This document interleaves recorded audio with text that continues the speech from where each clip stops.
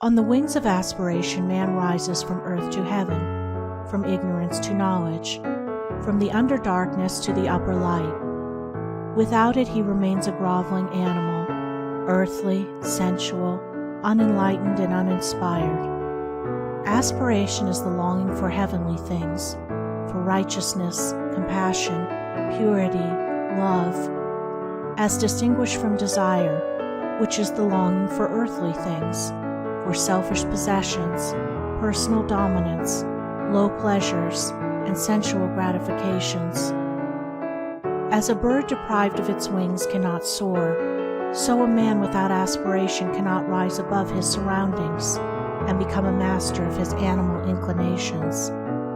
He is the slave of passions, is subject to others, and is carried hither and thither by the changing current of events.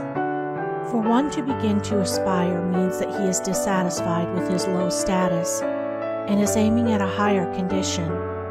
It is a sure sign that he is aroused out of his lethargic sleep of animality and has become conscious of nobler attainments and a fuller life. Aspiration makes all things possible. It opens the way to advancement. Even the highest state of perfection conceivable, it brings near and makes real and possible. For that which can be conceived can be achieved. Aspiration is the twin angel to inspiration. It unlocks the gates of joy. Singing accompanies soaring. Music, poetry, prophecy, and all high and holy instruments are at last placed in the hands of those whose aspirations flag not, whose spirit does not fail. So long as animal conditions taste sweet to a man, he cannot aspire, he is already satisfied. But when their sweetness turns to bitterness, then in his sorrow he thinks of nobler things. When he is deprived of earthly joy, he aspires to the joy which is heavenly. It is when impurity turns to suffering that purity is sought.